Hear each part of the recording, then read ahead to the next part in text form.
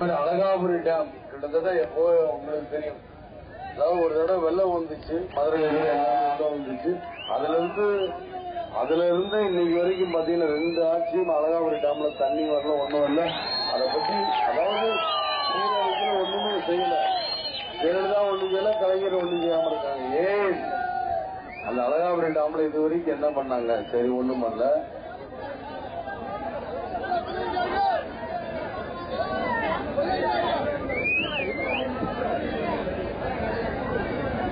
அதே மாதிரிதான் இந்த ஏரியால பாத்தீங்கன்னா கிட்டத்தட்ட 25 ரைஸ் மில், 25 மில்லுன்னு வச்சுக்கிறோமே. எனக்கு ரைஸ் மில் ஞாபகத்தில் ரைஸ் மில் வந்துருச்சு. மில்லுன்னா டெக்ஸ்டைல் மில்லு, பல மில்லுகள். ஆனா கரண்ட் இல்ல. அங்க வேலை பார்க்கிற லேபர்ஸ் யாருக்கு வேலையில, தொழிலாளர்கள் யாருக்கு வேலை இல்லாம போயிடுச்சு மக்களை. அந்த தொழிலாளருக்கு யாருக்கு வேலை இல்லை, அதுபோல முதலாளிகளுக்கு வேலை இல்லை. ஏன்னா முதலாளிகள் பேங்க்ல லோன் வாங்கினா வட்டி கட்ட முடியல. எங்க போவாங்க? அவங்களும் எங்க போவாங்க, எங்க வருவாங்க? நீங்களே யோசிங்க மக்களே. எதுவுமே இல்லை. அது மாதிரி படிக்காத இளைஞர்களுக்கு வேலை இருக்கு. அவங்க என்ன பண்ணுவாங்க? பாவம், நம்ம அப்பா அம்மா கஷ்டப்படுறாங்களே, இல்ல கூட பிறந்த அக்கா தங்கச்சிக்கு ஏதாவது ஒண்ணு பண்ணணுமே, இல்ல அப்பா அம்மாவுக்கு ஏதாவது ஒண்ணு பண்ணணுமே, இல்ல தன்னுடைய மனைவி மக்களுக்கு ஏதாவது ஒண்ணு பண்ணணும்னு நினைக்கும் போது வேலை தான் இல்லை. ஆனா சொல்லுங்க, வாய்களே சொல்லுவாங்க வேலை ஏதாவது இருக்கா? வேலை உங்களுக்கு கொடுக்க முடியாது. ஆனா வாய்களே பேசுவாங்க, அங்கதான் விலையில்லா பொருட்கள் கொடுக்கிறேமாங்க. மிக்சி, கிரைண்டர், ஃபேன், கரண்ட் இருக்காது. ஆடு மாடு கோழி வாத்து வாத்தெல்லாம் கொடுக்கிறோம்பாங்க. அதெல்லாம் இங்க அவர் போன ஆட்சியில கலைஞர் டிவி கொடுக்கிற மாதிரி எங்கேயுமே கரண்ட் இல்ல. 2 ஆட்சியிலுமே கரண்ட் இல்லாம இன்னைக்கு மக்கள் தெரிஞ்சுக்கணும். அதை கேட்கிறேன், நீங்க இலவசம் வேலை கொடுக்கல தான் கேட்கிறோம். வேலை கொடுக்குறாங்களா? வேலை கொடுக்கல. அதே மாதிரி போனதெல்லாம் பாத்தீங்கன்னா இங்க தம்பித்துறை இருந்தாரு, தம்பித்துறை காலேஜ் கொண்டு வந்தார். அவரு வசதிக்கா காலேஜ் கட்டிக்கிட்டா, நம்மளுக்கு ஒண்ணுமே கொடுக்கல. அவர் 7 வருமானத்தை பார்த்து வாழ்ந்துட்டு இருக்கா. நம்மளுக்கு ஏதாவது கொடுத்தாரா? ஒண்ணுமே பண்ணல. இங்கு பாக்குறேன், நான் வரும்போதெல்லாம் பாக்குறேன், எல்லா இடத்துலயும் பாத்தீங்கன்னா மொட்டை தென்னை மரமா தான். ஏன்னா எல்லாம் எங்கேயுமே தண்ணியில வறண்டு போய் கிடக்கு. தண்ணி இல்லாத காரணம் எதற்காக தண்ணி இல்ல? அதான் சொல்றேன், எங்களுடைய தூர்வார், அதுதான் உண்மை. தூர்வார் இருந்தா தானே, இல்லாட்டி ஆத்து முன்னால அழிந்து போயிடும். ஏன்னா எதற்காக இதெல்லாம் பண்றாங்கன்னா, நான் பொதுவாக சொல்றேன், ஏன் பண்றாங்கன்னா, அதே மாதிரி இவங்க இப்ப தென்னை மரம்லாம் காஞ்சி போயிருந்தா நிவாரணம் தர வருவாங்க. வாமா இல்லையா? உங்க இதுல இவங்க எத்தனை மரையா இருக்குமா? ஐயா, என் தோட்டத்துல வந்தியா, என் தோப்புல வந்தியா, 100 எழுதிக்க. அடுத்த என்னையா எத்தனை மரம்? ஐயா கொஞ்சிக்கிறாங்க, நாங்க ஒரு 5 மரம் தான் வச்சோங்க. 5 எழுதிக்க. உன் பேர் என்ன? வெளிச்சம் எழுதி. அப்படி போவாங்க. உன் பேர் என்ன?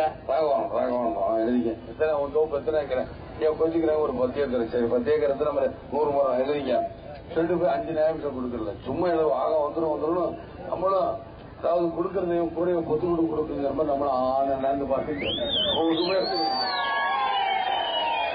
தேர்தல் நேரத்தில் அதே பொய்யதான் திரும்ப சொல்லிக்கிட்டே இருப்பாங்க மக்கள். அதே பொய்ய சொல்லி உங்களுக்கு என்ன வேணுமா? இப்போ கூட நோட் பண்ணிட்டு போயிருக்காங்க. ஆனா பணமே வராது. ஏன்னா இப்படித்தான் இவங்க எல்லாம் செய்யறது மக்கள்.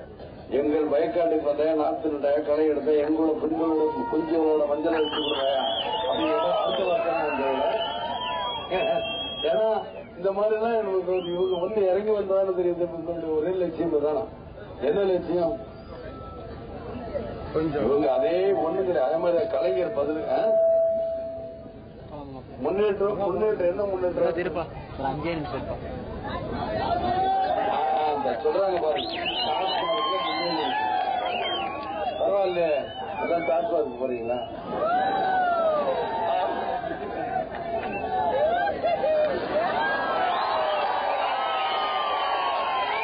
ஏன்னா டாஸ்மாக் முன்னேற்றம் அடைஞ்சிருக்கு.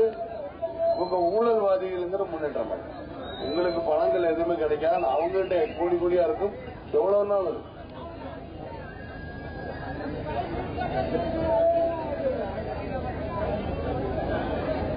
அதே மாதிரி அதே மாதிரி ஜெயலலிதா தனிநபர் வருமானம் பல லட்சம் கோடி ஒரே ஆள்கிட்ட இருக்குங்கிறாங்க. இவங்ககிட்ட இல்லையா? இவங்க தனிநபரா என்ன சொல்லுங்க மகன். அதனாலதானே பெங்களூருக்கு இன்னும் வழக்கு போய்கிட்டே வந்துட்டு இருக்காங்க. தனிநபர் சொத்து குவிப்பு வழக்குன்னு எதுக்காக இருக்கு? ஆக 1992 இவங்க 91 2 கோடி ரூபாய் வச்சிருந்தாங்களா, 96 64 கோடி ரூபாய் எப்படி இருந்துச்சு? இது தனி நபரோட ஊழல் தானே. இந்த ஊழல் தான் வேணாம்னா இதுக்குதான் கோர்ட்டுக்கு போயிட்டே இருக்காங்க. ஆக 2 பேருமே பாத்தீங்கன்னா இதேதான் பண்ணிட்டு இருக்காங்க. ஆக 2 பேரும் இந்த நாட்டை விட்டு துரத்துறாங்க மக்களே. இந்த நாடு உட்படுந்த நாடு நன்றாக இருக்கும். அதான் மோடி சொன்னாரா, எங்களுக்கு எதிர்கட்சிகளுக்கு முக்கியம் இல்ல, விரட்டுறது முக்கியம் இல்ல, ஆனால் மக்கள் அவர்கிட்ட சிக்கிக்காம இருக்கணும். அதுதான் முக்கியம். அந்த மக்களை அவர்கிட்ட இருந்து காப்பாற்றணும். அதுதான் முக்கியம். காங்கிரஸ் கட்சியும் சரி, திமுக சரி, ஒரு ஏதாவது கேட்டா தமிழன் கிட்டே இருப்பார். தமிழங்கிற போர்டு மாட்டிக்கிட்டு ஏமாத்திக்கிட்டு இருப்பாரு தவிர வேற ஒண்ணுமே இல்லை சார். ஆனா இவர் தான் காங்கிரஸ் கூட்டணி சென்று இலங்கை தமிழகம் கொண்டவர் யாருன்ற கலைஞர் தான். நீங்க கலைஞர் சொன்னாலும் அதேதான் ஜெயலலிதா பண்ணாங்க. ஜெயலலிதா சட்டத்தோடு என்ன சொன்னாங்க, போர் என்றால் 4 பேர் சாகத்தான் செய்வாங்க அப்படின்னு. ஆனா இன்னைக்கு நீலி கண்ணீர் வடிக்கிறாங்க இலங்கை தமிழர்களுக்காக. அப்படி சொல்ற இப்படி சொல்ற நாங்க கேட்கிறேன், இலங்கை தமிழர்களுக்காக விடுதலை பண்ணவில்லை என்றால் காங்கிரஸ் நான் விடுதலை பண்ண எங்க இது வரைக்கும் இன்னும் 1 வாரத்துக்குள்ள நீங்க ரிலீஸ் பண்ணிடுறோம். 7 பேர் எங்க பண்ணாங்களா? அப்ப இருக்கிற தமிழர்கள் மடையங்க நினைக்கிற முட்டாள் நினைக்கிற என்ன நீங்க பேசுறீங்க? ஆக அதைத்தான் நான் கேட்கிறேன்.